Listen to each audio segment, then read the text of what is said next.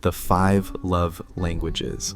But before we dive in, let's talk about something essential, the love container. Gary Chapman describes love as something that needs to be consistently poured into a person, just like a container that can be filled or emptied over time. Each person has an emotional love tank, and the way you fill it depends on your love language. When a person's love tank is full, they feel secure, valued, and deeply connected in their relationship. But when it's empty, they may feel lonely, neglected, or even unloved, even if their partner loves them deeply. Imagine you wake up every morning with an invisible love container inside you. Every positive, loving action your partner does, a kind word, a thoughtful gesture, a meaningful touch adds a little more to the container, but neglect, criticism, or lack of connection can slowly drain it. What happens when the love tank is empty? When someone's love tank is empty, frustration and resentment can start creeping in. They may feel like they are the only one making an effort. Or worse, they might begin to wonder if their partner even cares about them at all. This is where miscommunication often happens. One person might feel like they're expressing love, but if it's not in a way their partner understands, it won't register. All right, let's break them down one by one. Words of affirmation. Imagine a husband who works long hours to provide for his family.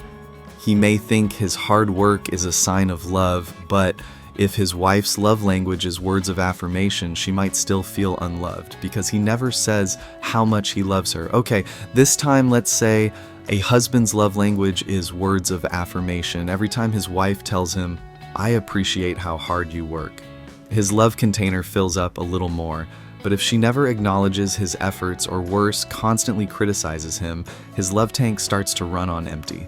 Some people need to hear love to believe it. A simple, "You look beautiful today," or "I appreciate everything you do," makes them feel secure and valued. But if this love language is neglected, they might feel unseen even if you love them deeply. Let's take another example. A wife spends hours cooking a homemade meal for her husband, excited to see his reaction. He eats quietly, nods, and says, "It's good." She's heartbroken. What she really needed was a heartfelt, "Wow, this is amazing. You put so much effort into this and I love it."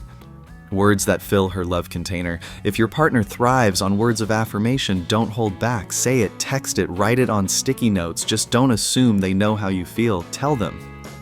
Next, acts of service.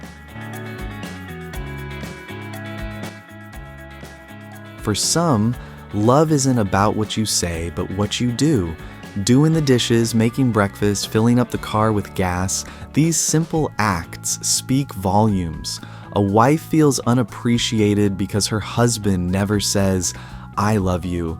But what she doesn't realize is he wakes up early to make her coffee every morning. He fixes things around the house so she doesn't have to worry. That's his way of saying, "I love you." If your partner's love language is acts of service, show your love through action. Cook their favorite meal, run an errand for them, or take something off their plate. They'll notice and they'll feel loved. Third love language is receiving gifts. This one is often misunderstood. It's not about the price tag, it's about meaning. A well thought out gift says, "I was thinking of you." Example, a husband plans a surprise dinner date for his wife. He books a fancy restaurant, orders her favorite dishes, and expects her to be thrilled. But deep down, she feels a little let down. Why? Because her love language is receiving gifts, and what she truly wanted was a small personal gift. Maybe a handwritten letter or a simple necklace with a special meaning. If your partner values gifts, don't assume grand gestures are enough. Even small surprises, a book they mentioned wanting to read, their favorite snack, or a flower from the garden can mean the world. Quality time. Love is spelled Time for those who cherish this language. But here's the thing, Just being in the same room doesn't count. They need undivided attention, deep conversations, and shared experiences. Now imagine a wife whose love language is quality time. When her husband puts his phone down, listens to her, and gives her his undivided attention, her love container overflows. But if he's always distracted or prioritizing other things, her love container starts running dry, even if he tells her, "I love you," every day. For example, a husband believes he's spending plenty of time with his wife because they watch TV together every night. But to her, that's not real quality time. She craves deep conversations, long walks, or just sitting on the porch and talking about life. If your partner values quality time, put away your phone, look into their eyes, listen, really listen, and most importantly, be present. 5. Physical touch. This one isn't just about what happens behind closed doors. It's about feeling connected through physical closeness, hand-holding, hugs, a reassuring pat on the back. For some, touch equals love. An example: a boyfriend feels distant from his girlfriend. She doesn't understand why. After all, they talk every day. But for him, love is felt. He craves small touches, a hug, her hand on his shoulder while they talk. Without it, he feels unloved, even though she cares deeply for him. If your partner's love language is physical touch, simple gestures go a long way.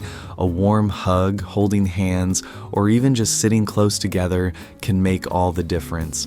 How to keep your partner's love container full.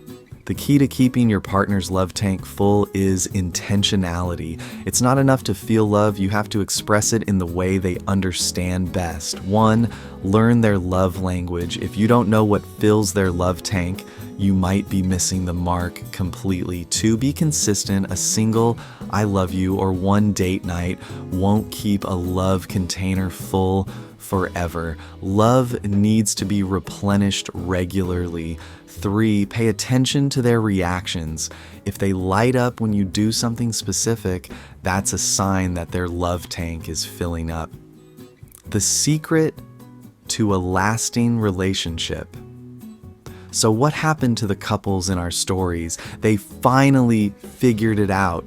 The wife whose love language was words of affirmation got the appreciation she craved, and the one who thrived on words of affirmation realized her husband's thoughtful actions were his way of saying "I love you," and the boyfriend who needed physical touch started getting those small, meaningful gestures that made him feel connected. Here's the truth: we don't all speak the same love language, but when we take the time to learn our partner's language, we can fill their love container and create a relationship that truly lasts. So, which love language do you speak? And do you know which love language your loved one speaks? Comment below, and don't forget, subscribe and hit that bell for more inspiring content. Until next time, keep loving, keep learning,